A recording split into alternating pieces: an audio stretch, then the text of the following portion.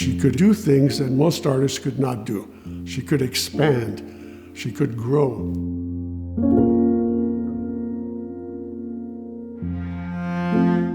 Donna Schuster was born in Milwaukee to a wealthy family. Her father had a prosperous tobacco business. The house she was born in was an 8-room mansion, and as a child she took to drawing, and her parents encouraged her to do that.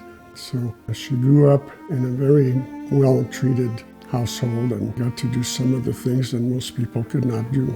She excelled in painting, and she was very, very good at it. The Art Institute of Chicago was the best school in the Midwest, outside of New York. And she was good enough that she got accepted. She took classes there and graduated. Schuster's early artistic style was very much in the Boston tradition.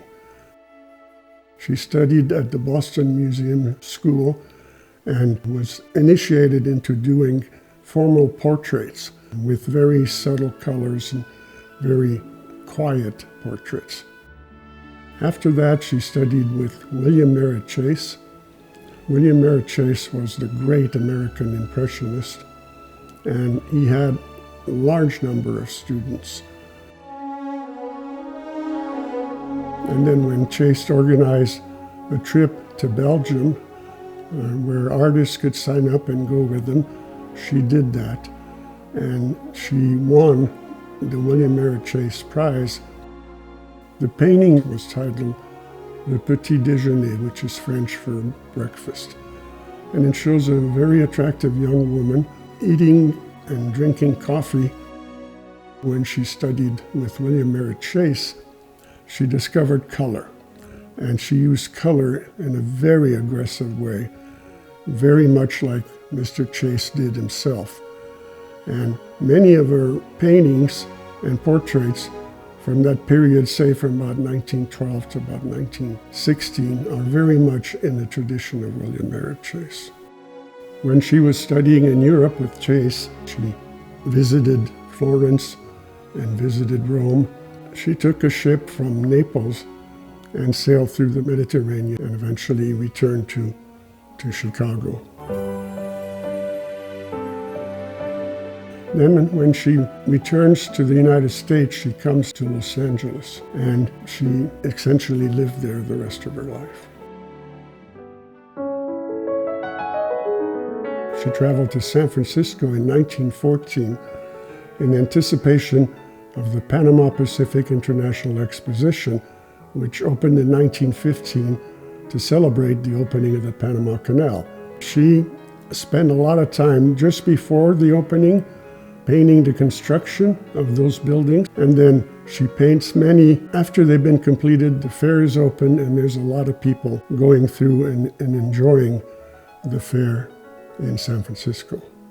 She took about 15 of those and exhibited in Los Angeles at the old Los Angeles Museum of Art and Natural History. So she was, again, very aggressive in getting her way and getting her art out. So she didn't have a dealer, and she didn't need a dealer because she could do it all herself.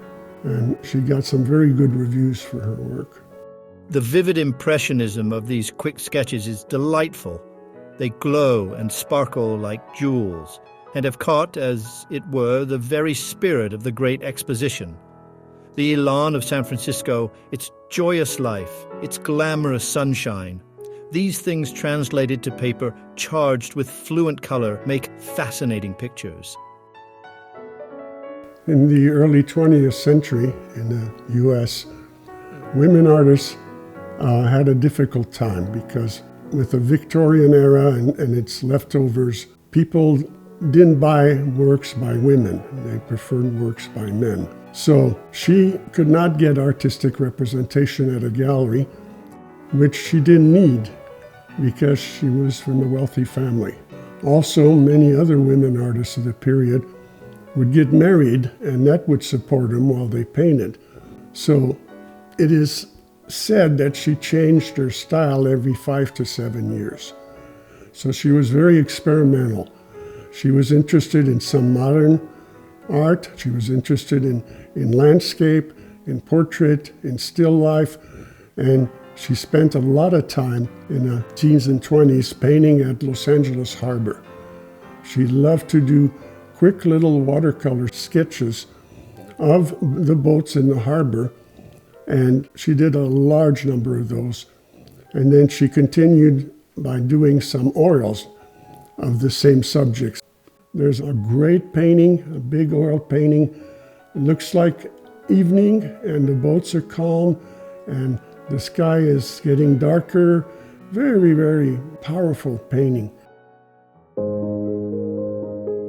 Her exposure to William Merritt Chase produced a large number of very bright, very colorful paintings. One of my most favorite paintings by Donna Schuster is A Girl in a Hammock, and it shows a beautiful woman outdoors who's painted about 1917, very much under the influence of William Merritt Chase. There's a lot of intense light, and the background is broken up into patches of blue and green and red. She also painted a similar painting of her sister, Helena, on a hammock. And she did 2 or 3 other people on a hammock. There's one in the exhibit that shows a nude on a hammock. So I thought that was really interesting that she would use that setting and then have different people in it. Then she started studying other things. She was very much impressed by Claude Monet at one time, so much so that she built a lily pond in her backyard. So she produced lots of paintings of lily ponds. She later studied with Stanton McDonald Wright, who was a modernist. So she had a period where she painted a lot of very bright, very intensely colored paintings. Another of my favorite paintings shows a man sitting on the well in the mission garden behind the bells. And the man is sitting on the bricks. You know, people know bricks are red. Not in this painting. There's blues, there's yellows, there's red, there's green. Remarkable use of color.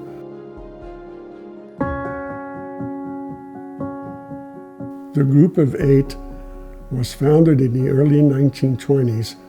It was founded by 8 artists that liked to paint in a more modern approach and to break away from traditional art. And Donna Schuster was one of the founders. The Group of 8 was very much ahead of their time. They are not traditional painters of Southern California landscapes. All of them use color freely and generously. All are more or less open to new ideas in painting. All of them paint the figure. While most of them may be described as progressive, none works in a manner which is not comprehensible to a moderately educated mind. Modernism means that artists are painting differently. They don't necessarily have 3-dimensional space. They don't necessarily use color properly, as in nature, and they're free to experiment with all sorts of things. The reason that they didn't last long is because their style was so different that the people weren't buying the paintings.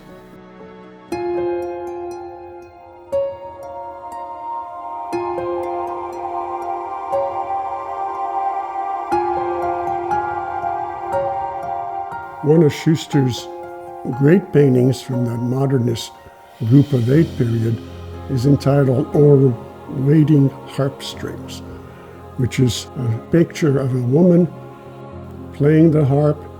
In the lower part it's all blue, but in the upper part where the music is spreading, it's all gold. And it's a very wonderful and passionate painting of the woman doing that. The painting with the harp is from a hymn that Mary Baker Eddy wrote. And the meaning is that with the beautiful music, it takes you away and it takes you up into the heavens, and you get to experience beauty, purity, and richness. California has a rich tradition in art. There are a lot of well-known artists, and it shows how much of a variety of styles was available in California in the 20s and 30s and 40s. She was different. She did not follow one style. She could do things that most artists could not do. She could expand, she could grow, and she could experiment. Through the 20s, she kept a house in Los Angeles and a house in Laguna Beach. When she was in Laguna Beach, she was very active with the Laguna Beach Art Association. She exhibited there many times, and then in Los Angeles, she exhibited very often with the California Art Club. When she was a member of the Laguna Beach Art Association, she posed with a large group of people on the beach in Laguna for the photo of the association that year. In that same photo are Anna Hills and many other Laguna artists. And she's playing with the artist next to her. She's holding an apple over his head. So she was a very playful person, and she did instill a joy and humor in the group wherever she was. Schuster painted a lot, but she also taught. She taught at art schools, so she was very much into instructing young people into the beauty and technique of art. She got to be one of the active members of the California Art Club, and her paintings were very much instrumental in stretching the period of art that the art club favored. So she was able to expand into more modernist without getting too modernist. And she became an example to a lot of young artists that they could do that, and they could experiment with light, color, and brushstroke.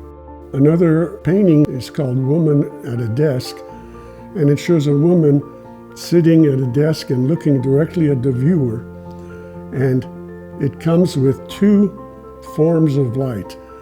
On her right is the light from a yellow curtain that's covering up a bright window, and on her left is a pure white light that's coming through a window that doesn't have a curtain.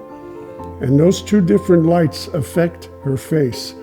One side of her is very brightly, very colorfully lit. The other side that's getting the yellow light is a lot softer. And it's amazing how she was able to handle light. In December 1953, a brush fire broke out due to the high winds and the power lines. And the fire started getting closer and closer to Schuster's house. Her neighbors said, "Let's run, let's get away." She said, "No, I gotta go find my dog who's in the house, and then I'll come out." She went in and never came out.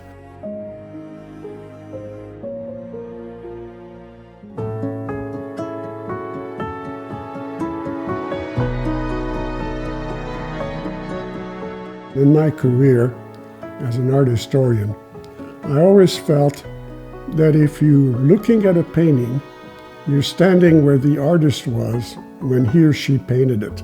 So I feel it's important to put yourself where the artist was and to experience what the artist did, what the artist applied to the canvas, and how it is that it's affecting you.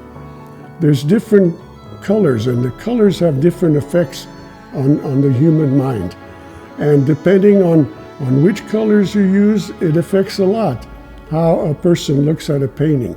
So I am delighted to see that the Laguna Art Museum is featuring this very important woman artist, and that people will get to see what she did and get to understand what she was trying to do.